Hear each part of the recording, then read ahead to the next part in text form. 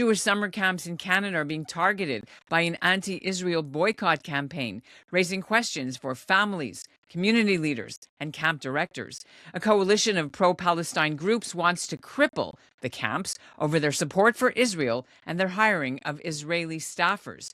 In this episode of the Canadian Jewish News' flagship North Star podcast, I speak with Risa Epstein. She's the CEO of Canadian Young Judaea, an umbrella organization that runs 9 Jewish Zionist camps, and also with Simon Wolle. He's the CEO of B'nai Brith Canada, and he's a former camp director at Camp Northland. You'll hear how they're fighting back and what it all means for Canadian camp families and staffers. Here's what they told me. First, here's Risa Epstein. Risa, welcome. Good to see you. Thank you. Nice to be here. Well, unfortunately, we have to talk about this topic, but it is gaining traction in the media and in Jewish circles. People are concerned. Before we tell our listeners a little bit of what this campaign is this the first time that people have gone after Jewish summer camps in this way since October 7th? Absolutely not. Last summer, there was another campaign also naming us and other Jewish camps. It turned out that it was written by a Jewish author the last time. I'm not sure who authored this one, but this is definitely not the first or the last time, I'm sure, that something like this has occurred. Okay, I will have to look up the other one, but these people they're the Just Peace advocates. They're the ones that successfully went after Jewish National Fund of Canada and had them revoked. Partly they're doing. They've gone after Jewish foundations. They've gone after big Canadian Jewish donors, and now they're targeting 4 months before camp starts, give or take 135 days, but who's counting? The 17 Jewish summer camps across Canada. So in their accusations, when you read them, what is the Young Judea's position on this campaign? Look, we don't like to give it too much airtime, and this is something that we're familiar with anyways, something that has been discussed amongst all the camps with the Jewish Security Network and other agencies like that across the country. I think that even prior to October 7th, but especially since October 7th, Jewish summer camps, ours included, have done everything in their power to tighten up security for their camps, be it through generous grants given out to them for fencing, 24-hour surveillance, more cameras, alarm bells, whatever the audit of security was deemed necessary at each and every camp. I don't know of a camp who hasn't adhered to it. We've also, most of us have wiped our social media and our websites of identifying information, location, times and dates. So I think that even before this, we have done everything as a community of Jewish summer camps to keep our kids safe and our staff safe, because that is, regardless of the situation, always on the top of our priority list. And look, I visited some of our affiliated camps last summer, and already there was fences, security fences that there weren't before. There was daytime security. We've always had night security for obvious reasons because people have to sleep, but now it's in shifts of for 24-hour coverage. Many of the camps have put up cameras in some of their more remote areas of camp, more lighting in areas that might have been dark prior to.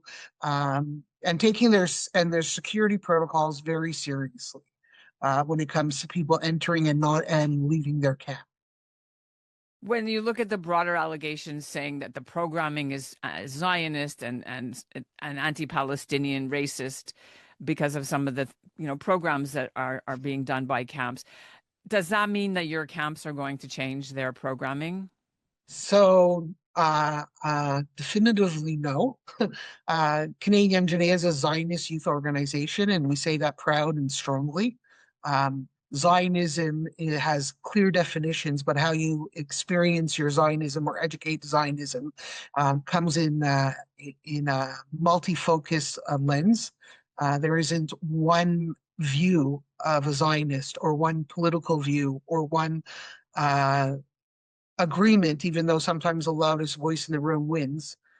Definitely as educators, our goal has always been to give a balanced view of what Israel is, what Zionism is, And the whole idea of being an educator is to allow your learner to to learn and educate themselves and come to their own decisions. If I wake up in the morning and I say, this is, I want everybody to be this kind of Zionist and I believe in this, and that's what I go out to teach, I'm not really an educator then, because education isn't black and white, it's full of grays. So I hope to continue um, educating both in Canada and in Israel, and we take kids to Poland as well, looking at all sides of the situation, understanding narratives, having difficult conversations, and letting our learners and our young people make decisions as they grow and mature and experience for themselves.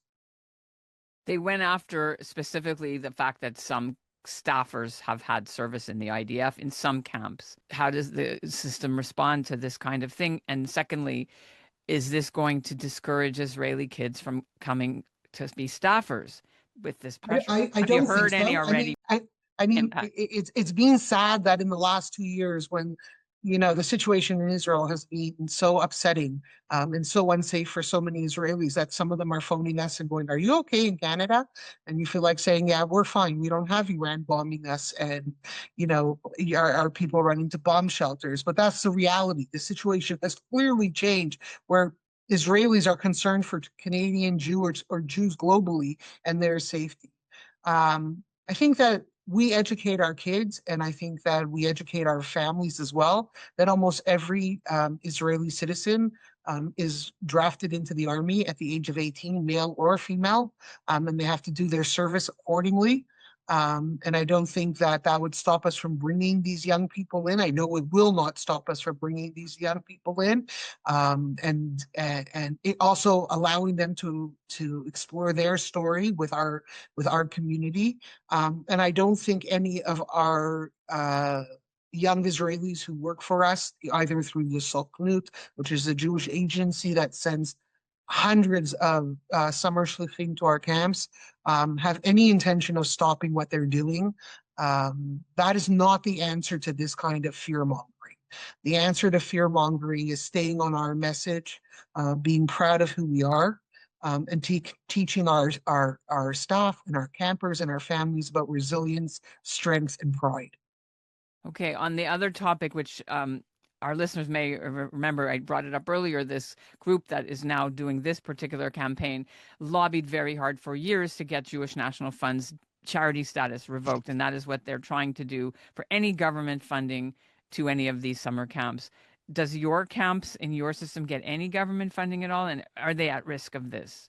Are you at risk at all? I think the security funding is the only funding we have, but there's also Summer Jobs Canada that a lot of camps participate in.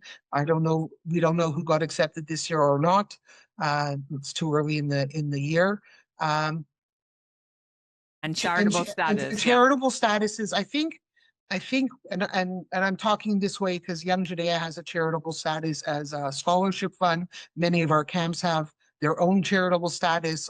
I'm a chairperson of another Israeli charity that was audited.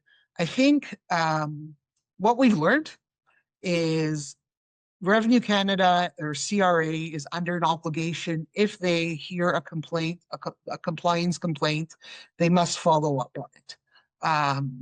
And you can make a complaint about anybody and any charity you want. And eventually, as that charity gets, like, there's a long list and they work their way through it. And then it's about compliance. Is it difficult for an Israeli charity to follow the guidelines of compliance? Yes. Do they make it impossible? No. So I think that the camps know exactly why they got their charitable status, and I think they know how to make sure they're crossing all their T's and dotting all their I's to stay within compliance. Okay. On a more sort of emotional level to this, what have you been hearing, if anything, from your staffers, from your parents, from your campers who are already maybe nervous about showing Israeli pride in public or on social media, and then this happens and they're coming to camp, right? So I first of all, I don't think this is mainstream. I don't think most of our families know about it. They might now because the OCA got involved and the UJA, but on an ongoing basis. But I think they have faith in us. We haven't heard much. Our camps, and I think all Jewish camps have a resurgence in popularity. Most camps are full to full with waiting list only capacity.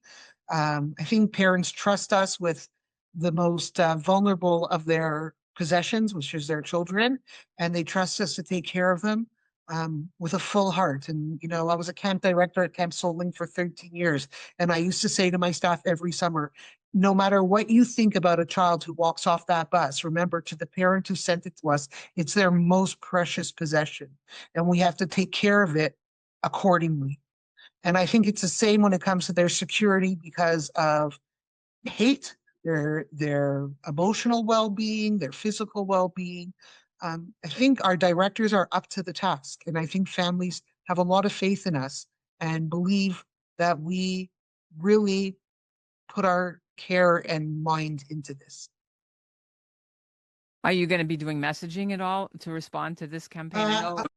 Every camp is entitled to do whatever messaging they want. Each camp is independent and has its own board of directors. I don't believe at this point anybody has decided to do anything. It's hard to make a message in February for what might be in June or July. But I think our families know that we're vigilant, and if any changes have to be made accordingly to our program, our process, who comes into camp, who's allowed out of camp, how many security we have, they know that we'll make those decisions on a day-to-day basis.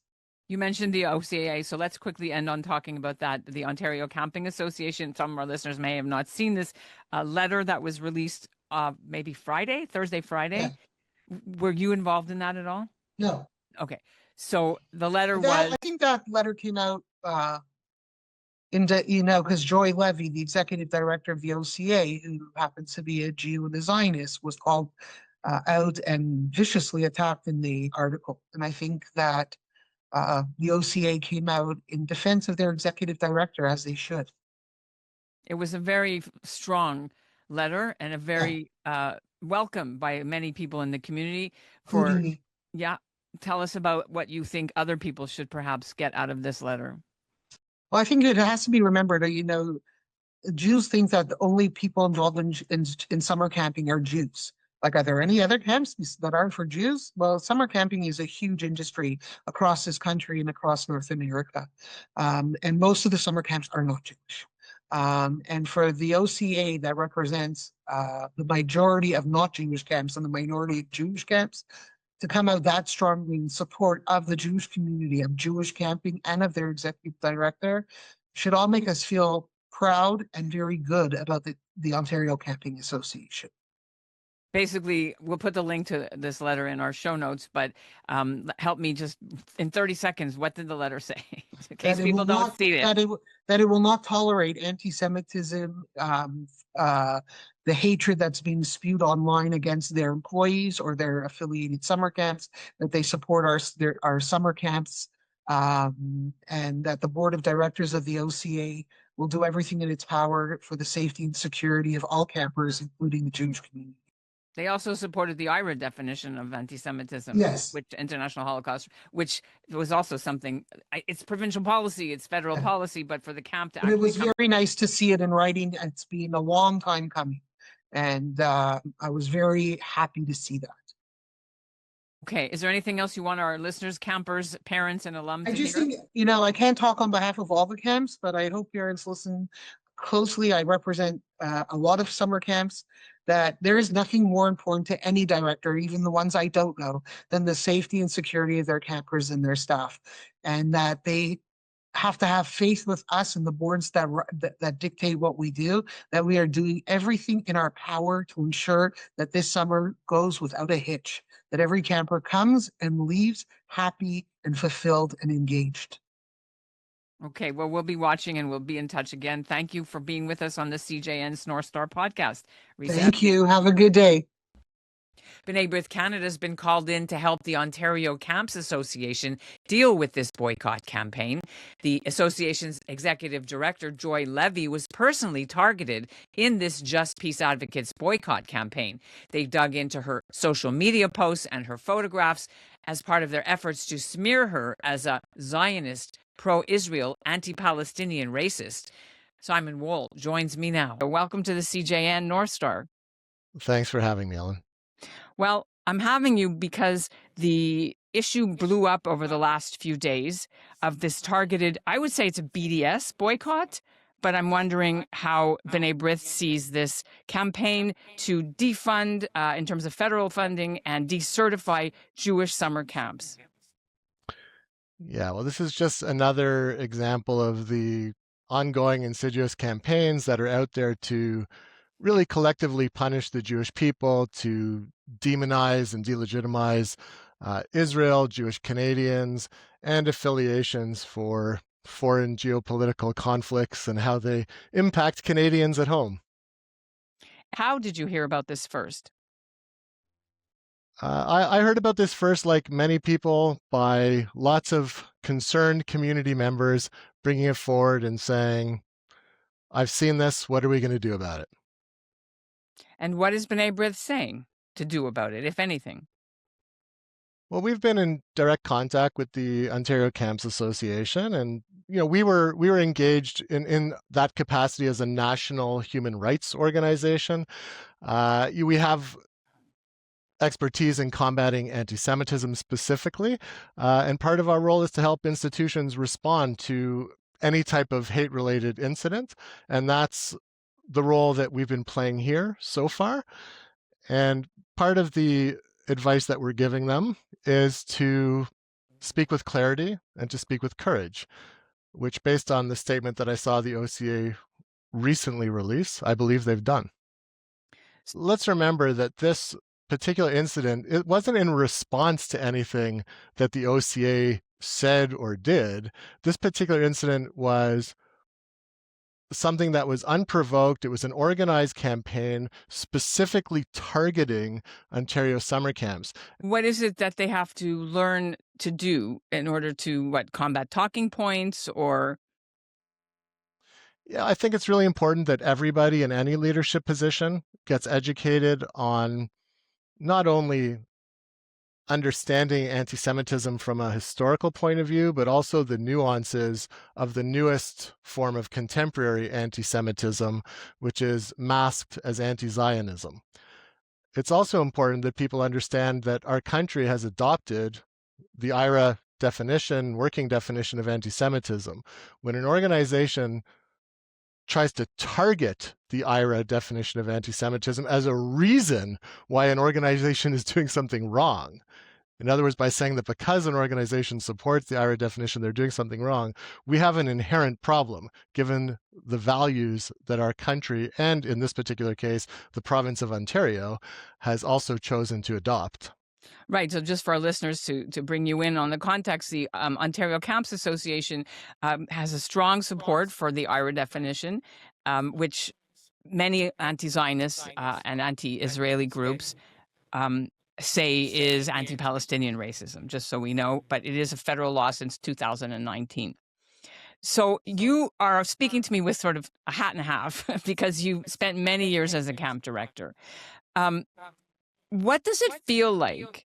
And I'm talking personally. What does it feel like when a summer institution so beloved as all these camps comes under this kind of hate and scrutiny, as you said, unprovoked? It feels sad. It feels sad that this is where we are right now, that there are organizations out there that think it is okay to attack the youth of this country, to attack individuals in leadership roles, to try to delegitimize well-established, important organizations that are building future leadership of our country, that are contributing to society. The way that organizations think it's okay to target these institutions in this misguided war that they're having, trying to collectively punish the Jewish people, is first and foremost sad. It's tragic for our country that this type of thing happens. It's tragic that the misinformation and lies are allowed to continue to spread. And for me, as a Canadian, it's frightening that we don't see all of the pushback that we should from every organization that can speak with moral clarity and a common voice for understanding the difference between what is right and what is wrong. I don't want to give it airtime, which is what the Jewish camps are saying, but is, hiring Israeli staffers or people who were in the IDF or people who, even in Canada, who are staffers. What does B'nai Brith say to speak about this? How do you respond to that? And is that even something? Is that even a problem? Is that illegal? Yeah, well, this is just, and to be clear, I will say I'm speaking on behalf of B'nai Brith Canada, none of the camps themselves. This is just another example, really, of a form of bigotry. It's basically saying that because someone is from Israel, that it's okay to actually frame them in a certain label of having done something wrong, of having been involved or complicit in something inappropriate that people take offense to. And this is just another misguided piece of misinformation that is trying to demonize the Jewish people. In the most modern way to do that is by saying, well, because you're connected to someone from Israel, it's time to delegitimize what you stand for, you as a person and your organization. I want to ask you about the CRA and the email campaigns, the complaints that these organizations specifically have been going after Jewish charities. And one way to shut down a camp or to hurt a camp is financially. So what does B'nai Brith say about this email campaign, this sending complaints into the federal revenue department so that they will strip these Jewish summer camps of their federal charity registration so they'll no longer be able to issue tax receipts? How risky is that? Well, I think anytime you try to inappropriately leverage government action to achieve a political agenda is dangerous in society. And I think that if an organization is operating the way they should under CRA, then they should be left alone to operate. And similarly, if an organization is not, then there's a role for CRA to play. And I don't think that has anything to do with whether or not an organization is, then there's wrong. And if people are doing things the right way, then there shouldn't be any repercussion. And I don't imagine there would be any response from CRA. Well, I mean, this group touts its success in getting the Jewish National Fund of Canada decertified. And other charities that it's gone after. And so it wouldn't be the first time that they're trying this tactic, and they have been successful in drawing attention and audits. I'm worried about a campaign that may not have any validity or merit to it. I'm not worried if the CRA is doing their job properly, objectively, and in appropriate ways. I can't speak to what role this or any other organization specifically played with respect to JNF, which you've mentioned. Okay, so what happens next? What, if anything, is B'nai Brith Canada doing on the federal level or speaking to political leaders to try to mitigate or stop this campaign? Well, I think that strategy right now is being developed together with the Ontario Camps Association and other stakeholders. Too early to say exactly what route we will take. I will say that we will make sure that we're actively involved in continuing an ongoing education. I think we're going to provide institutional support, just like we always do in these types of situations where there's the discrimination issue surfacing in their environment and institution. We need all of our institutions to have resilience, and we'll work with them on building those capacities. I think community safety is a big key of the conversation. We're going to be looking at ensuring that any assessments and protocols, procedures, and considerations around community safety are certainly continuing to be top of mind. Unfortunately, that is not a new piece for the Jewish community, institutions, and agencies to be considering, but certainly if there are funding implications there, that will be a place where B'nai Brith Canada will play a national role, as we always do in these types of situations. We want to make sure that there isn't harassment taking place, so it's both the physical safety, but also the emotional safety and stability of really children that are in these environments and youth that are in these environments, of course, the adults as well. We want safe spaces, and one of our roles as B'nai Brith Canada is to safeguard spaces within Canada, and this would be no exception. And the third is just to make it clear that this is not something unique to the Jewish community. We are a national human rights organization, and we are, to be clear, completely independent of the Ontario Camps Association. They're one of many, many, many organizations we work with across the country. Under really a principle of equal protection. There should be the same standards for all communities. There shouldn't be discrimination. Really, it's about taking a rule of law approach. And our Jewish community, of course, is not separate and distinct from that. Is there anything illegal in terms of human rights that this campaign may be touching on or crossing a line? So that is still being explored, but we do have a team right now that is researching that and the affiliated links and the connections and the statements that have been made to see whether or not that is an area that we need to move into further in our assessment and action. Okay, and last message, what do you have to say to parents, families, staff, and parents of staff who are seeing this campaign roll out over the last few days and being upset and nervous about it for the coming summer? It's only 3 months or 4 months till camp opens. Yeah, my message to the community camps across the country is that your Jewish community, communities around this country with moral compasses that point north, stakeholders, Jewish and non-Jewish alike, that understand right from wrong, have your back, will have your back, and are in this together with you. And so they should or should not be nervous about sending their kids this summer. I don't think this campaign in any way should directly impact or be the litmus test for that particular decision. I think this is a moment in time. I think parents, camps, communities have to look at any situation as an evolving experience and scenario. And I think that weeks and months can change the world. And I think that that assessment should continue.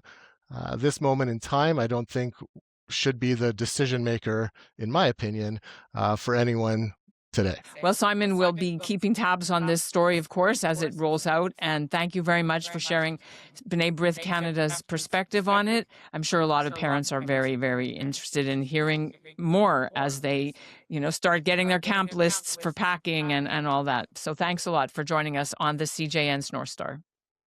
I appreciate it. Thanks for having me. Thanks for watching the Canadian Jewish News' North Star podcast with me, Ellen Besner. It's what Jewish Canada sounds like. You can read the long feature article that I wrote about this story in the CJN through the link in our show notes. You can watch all of our podcasts on the CJN's YouTube channel. Again, the link is below. Subscribe to North Star on your favorite podcast app. We publish Mondays, Wednesdays, and Fridays. And thanks for listening and watching.